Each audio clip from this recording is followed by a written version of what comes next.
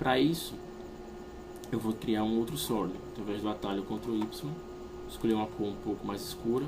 Eu posso roubar uma cor aqui, através desse Pick Color, que esteja na minha composição, eu clico nele, coloco a seta em cima, e ele me mostra a cor do local onde eu estou selecionando. Vou querer criar uma barra com essa mesma cor. Clico aqui, ele assume a cor, dou um OK, coloco o nome moldura barra de pesquisa.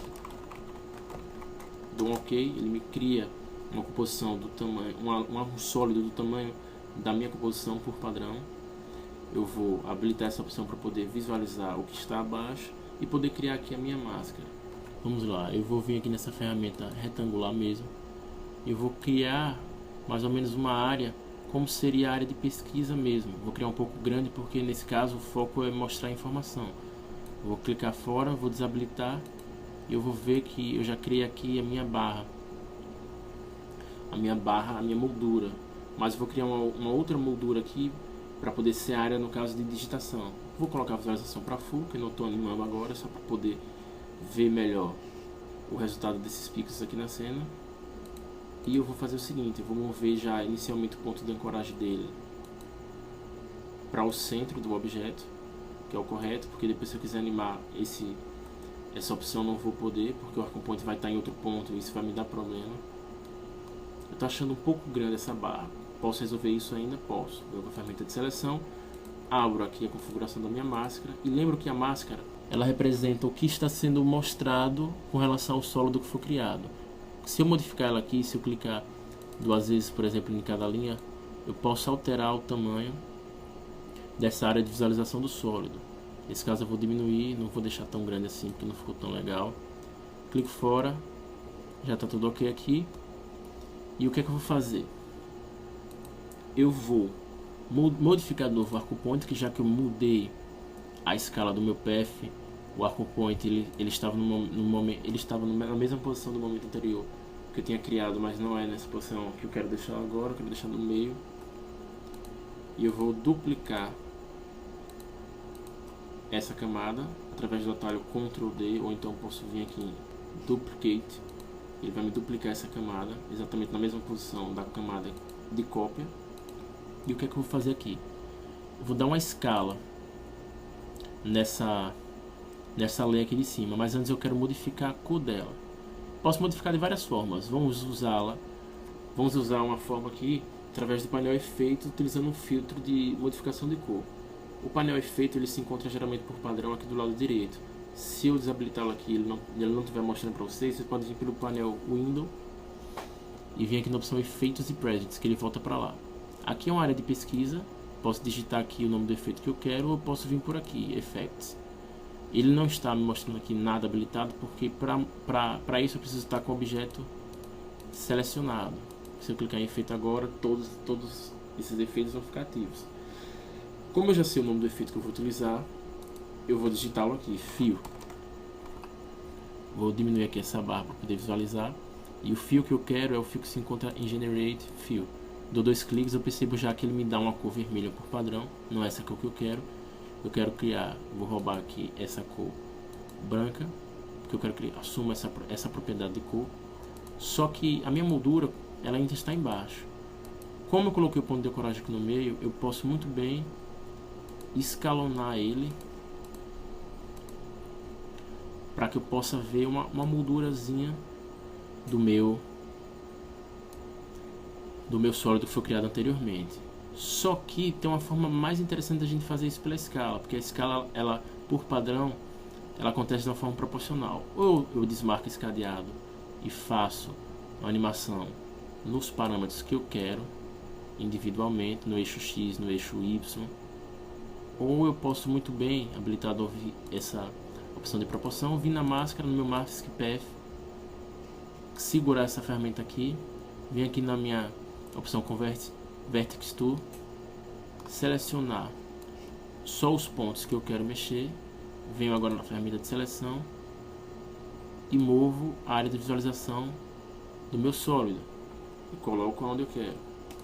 A mesma coisa eu posso fazer embaixo, seleciono e coloco onde eu quero. Já está na posição legal, já criei uma moldura e uma área para poder digitar o meu texto. O que é que eu vou fazer agora? tá legal aqui. Eu preciso criar o texto que se encontra aqui dentro. Mas para isso, eu vou fazer o seguinte, eu vou começar a renomear. É importante a gente se organizar para não se perder depois. Para renomear uma leia, basta eu clicar em Enter e colocar o nome que eu quero. Vou colocar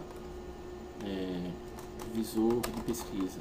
Lembrando, pessoal, que o intuito desse curso não é ensinar todas as ferramentas, nem o after do básico ao avançado, mas sim explicar todas as técnicas e funções do básico ao avançado referentes a trabalhar com Motion Graphics, como Motion Graphics trabalha. Então, nem todas as ferramentas eu vou explicar, por exemplo, do painel de efeitos, porque não cabe aqui aprender nesse curso de Motion, porque a gente não vai utilizá-la.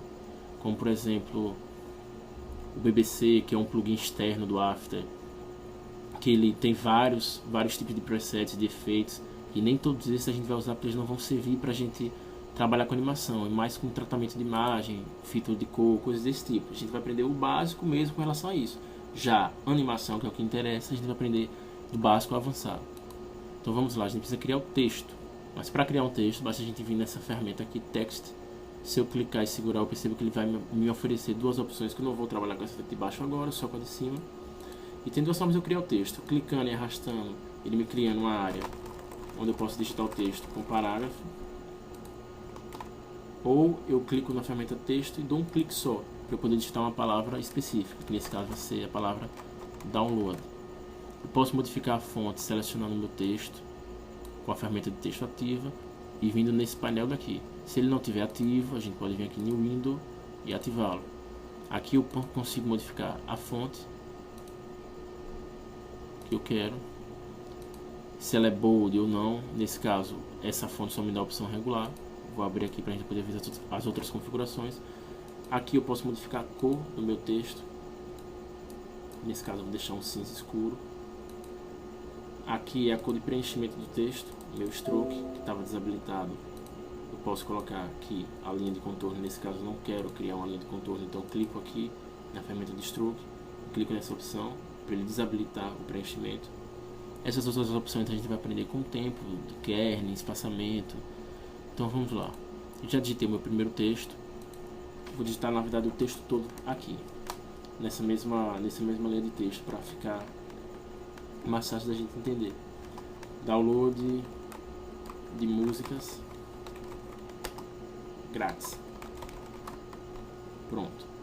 Clico na ferramenta de seleção e eu vou posicionar o meu texto aqui. O que é que aconteceu? O texto ficou muito grande, mas ele está dando uma leitura legal. Então, na verdade, minha barra está pequena. Como é que eu resolvo isso? Eu posso selecionar essas duas molduras. Eu não mudei, pensei que eu tinha modificado o nome. Vou clicar em Enter de novo.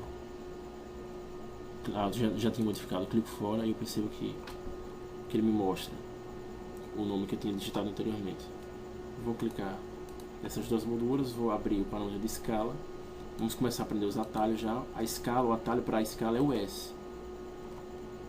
Ou a gente vem aqui, caso a gente não decore agora, vem pelo painel de transformação e escala. Quando eu estou com os dois objetos selecionados, vou apertar esse novo para ele me mostrar apenas o parâmetro da escala. O que eu fizer em uma lei, ele vai replicar na outra. As escalas são diferentes, mas ele vai aumentar proporcionalmente. Eu vou aumentar o tamanho dessa escala. Vou desabilitar o cadeado das duas.